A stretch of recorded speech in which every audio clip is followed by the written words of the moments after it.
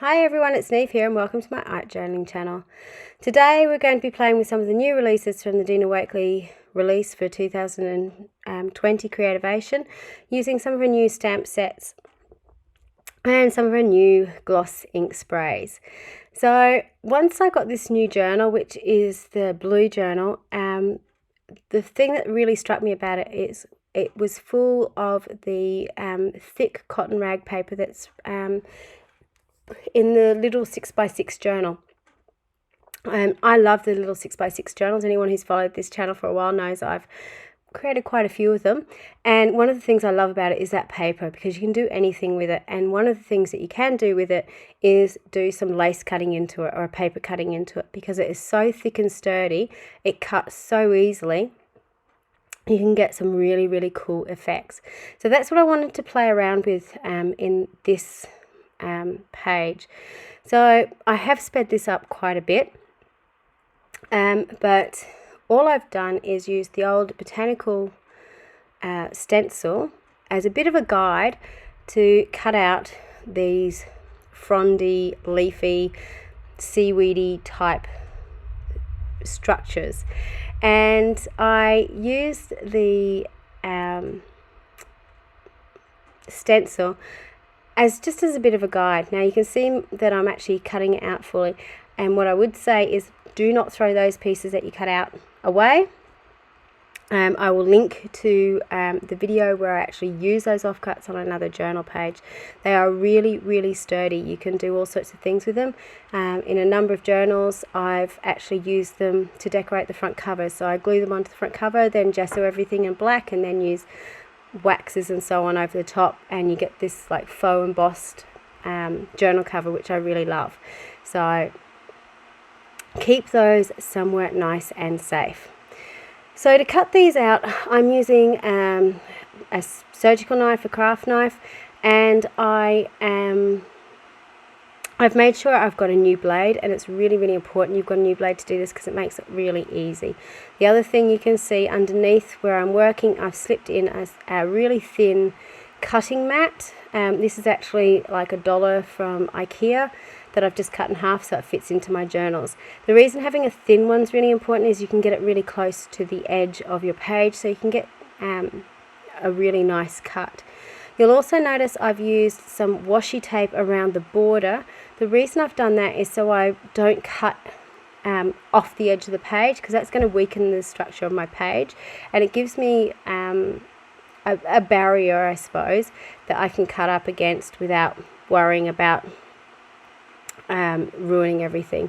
You would have noticed at the bottom of the page, you saw me sort of hanging around a bit, having to have a little bit of a think about what I was doing.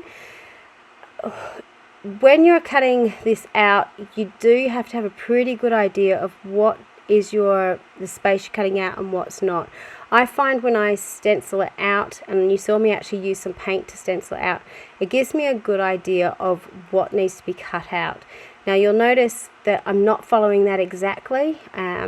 You know, where I need to extend lines, I do, and particularly the middle part of the frond, which is quite narrow, I've actually thickened that up a little bit, because if you're cutting it too fine, you are going to cut through something.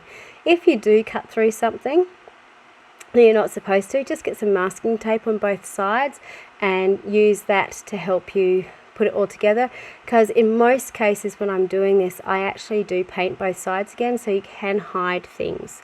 You can always fix up a mistake, but you know, there's always ways and means. So you can see here how effective it looks just doing the paper cutting itself. So I decided that I was going to use what I've cut out as a stencil. So I'm using the gloss acrylic spray, so I'm spraying it over my page, and you can see I've got this sort of stencil on the inside. You'll also notice I've got a lot of scrap paper around me to catch the overspray. Now the gloss acrylic sprays are fantastic.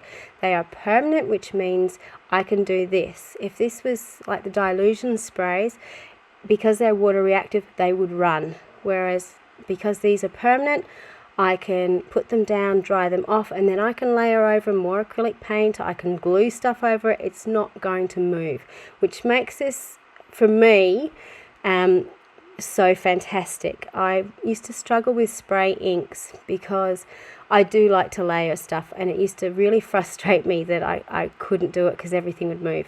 I was just re-inking my ink pad. If you find you're not getting great impressions when you're stamping, it's really important you have a re-inker. So you just press on the extra ink if you haven't done it before, and rub it in, and you can get your beautiful impressions again. So what I'm doing now is just scribbling onto the background with a white poscar paint pen to just add some line work in. This new stamp range that Dina has released, a lot of her stamps are those very scribbly, loose lined illustrations that she's so good at doing. So by bringing some of those lines back in again, it just helps add to the artwork and sort of helps it blend all together. So on this page off to the side, I'm stamping out some of the images onto some tissue paper that's been coloured using the gloss acrylic sprays. So hopefully you've seen some of the videos that are on this channel anyway over the last week or so, all to do with these new releases. You can see this is a technique I've been doing a little bit with the sprays. If I've got any left over, if I've got, you know, spraying bits out, I have the tissue paper there so I can pick up any extra, so I'm not wasting anything, and you get these beautiful multicolored effects that you can collage. And all these little scraps that I'm cutting off, I put into a little bin, and I use those as my collage bits and pieces to glue down another page, so nothing gets wasted. So I'm just fussy cutting out around my images so that I can sort of arrange them and glue them down. So this is a really easy way of colouring something on your page, I suppose. You can do big sheets of these sprayed backgrounds and then just stamp over them and colour them out. And because they're on the tissue paper, they glue down really well onto your page, really flat. They're not going to add any bulk to what you're doing as well, and they're really easy to cut out. The other bonus is because they are the new sprays, they're a gloss finish, so they're really shiny, so they catch the light, which again adds a different effect, I suppose, to your page, because the background that I'm working on is, because I painted over with that ocean paint, which is a matte paint, it sort of dulls down the background, so then you've got this shine coming up, so it catches the light and catches your eye in a different way. So it's just adding all those extra little details to your page. So now I'm just going in and gluing down the little collage pieces that I've cut out. I'm just using regular glue for no reason other than I've run out of gel medium. If I had gel medium, I would actually be using that to glue everything down, but I just don't have any at the moment. So gluing down my octopus and my little creatures, and the great thing about having them on the tissue paper is you can overlap them really easily, and you can have a bit of a go, a practice of, you know, playing around with where you want to place them. Again, if I'd sort of stamp those out, I'm kind of committed to where I'm putting them, whereas if I fussy cut them out and I can sort of stamp them in and overlay them and overlap them, it just gives you that little bit more freedom of what you're doing.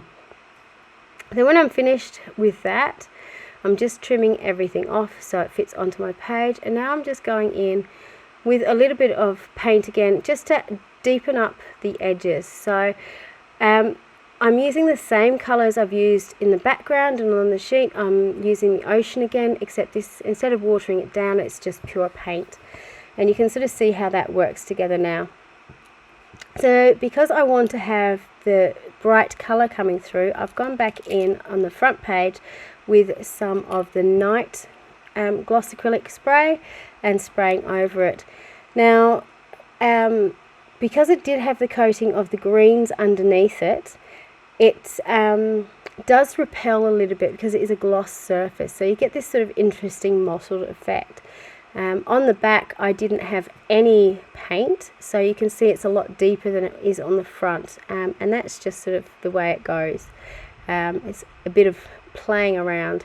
With the extra ink that I had on my page, I'm just rubbing that off onto another page to use as a bit of a use it up journal. Again, if I had some tissue papers around, I could use those and mop up the extra ink, and I've got some collage papers to use again in the future. So now I'm just sort of playing around thinking, oh, what do? I knew I want to have a quote on this page somewhere. So I was just trying to work out what I was going to write, and it was let the rhythm of the sea free you. Let the rhythm of the water set you free, which I really liked. If you, I tend to go to Pinterest to find quotes. So I can just go in sort of ocean quotes or water quotes, and you tend to come up with something. Because I wanted to again do that repeated pattern, I'm on the front in the border with a white pen. I'm going around and writing the same quote over and over again.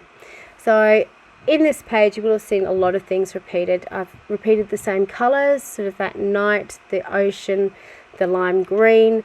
I've repeated the frond stamps and the stencil, and the colours that I've used have been repeated, the quotes been repeated. So even the stamps themselves I've used more than once. And again, I did those scribbly lines around the fronds in the background, and I'm doing it now around the fronds in the front. So it just helps everything sort of tie together and belong together, I suppose, when you've got these repeated elements happening over and over again. Once I finished doing the little scribbly bits, it's mostly done. It's just doing all the little finessing bits and pieces. This page has been sped up a lot because it does take a little while to do the paper cutting, but in all honesty, I think to complete these 2 pages it took me an hour and a half to do. I had a fairly good idea of what I wanted to cut out, and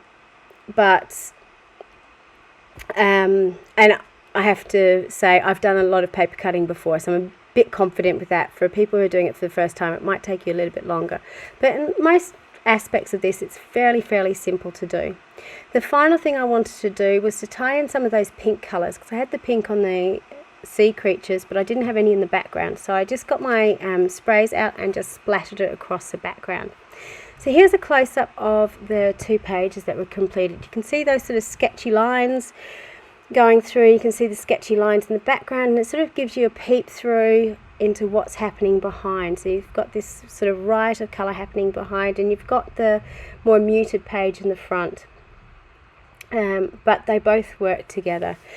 So I hope you enjoyed this project. It was lots of fun to do, made so much easier by the new products that have been released.